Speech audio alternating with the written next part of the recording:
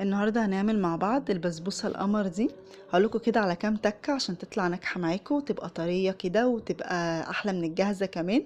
اول حاجه بس ارفعوا الاول الفيديو بلايك ويلا بينا نشوف المقادير مع بعض.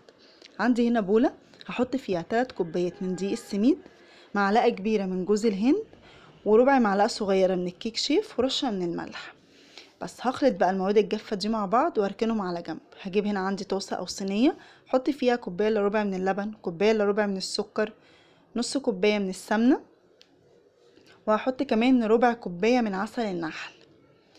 اهم حاجة تعايري كل المقادير بنفس الكوباية. وحطيت كمان رشة من الفانيليا، انا حتى دي السميد عايرته بنفس الكوباية. هخلطهم بقى حلو مع بعض وهرفعهم على النار.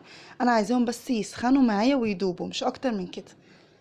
اول كده ما دابوا معايا شلتهم خلاص من على النار وهنزل بيهم على دقيق السميد بتاعي. هخلط بقى دقيق السميد مع السوائل اللي انا حطيتها. اهم حاجه ما تخلطيش دقيق السميد كتير قوي، لانك انت لو خلطتيه كتير في الاخر بتلاقي البسبوسه بتاعتك ناشفه. بمجرد ما بيشرب معاكي السوائل كده خلاص بيبقى جاهز معايا. جبت هنا صينيه دهنتها دهنه من السمنه وهنزل فيها بالبسبوسه بتاعتي. هسيب لكم كل المقادير في صندوق الوصف. هفردها بقى حلوه قوي في الصينيه كده بسمك واحد، بليت ايدي بالميه علشان خاطر تتفرد معايا بسهوله. وهقطعها قبل ما ادخلها الفرن. طبعا في الوقت ده انا مشغله الفرن تسخن كويس جدا. هدخلها على الشبكه، بمجرد ما بتاخد معايا كده لون من الجوانب وبتستوي بشغلها الشوايه وبتبقى كده جاهزه. دخلت البسبوسه الفرن. هنعمل مع بعض الشربات.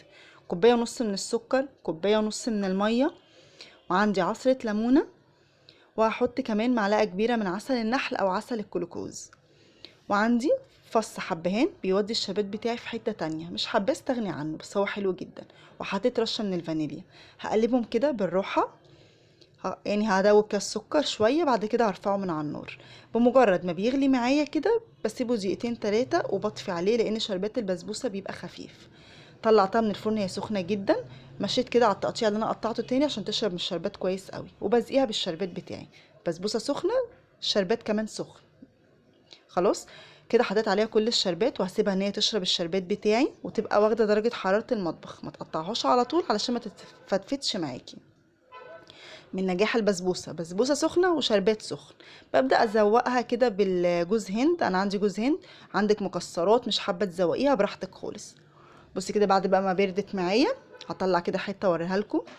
طريه جدا، طعمها مظبوط قوي بجد. جربوها، متاكده ان شاء الله ان هي تعجبكم جدا. امشوا على نفس الخطوات ونفس المقادير ان شاء الله تطلع معاكم ناجحه جدا. بصوا شكلها طريه قوي وطعمها مظبوط، شربات مظبوط والبسبوسه مظبوطه. يا رب تعجبكم الوصفه، ولو عجبتكم ارفعوا الفيديو بلايك، واشوفكم ان شاء الله في وصفات تانية كتير.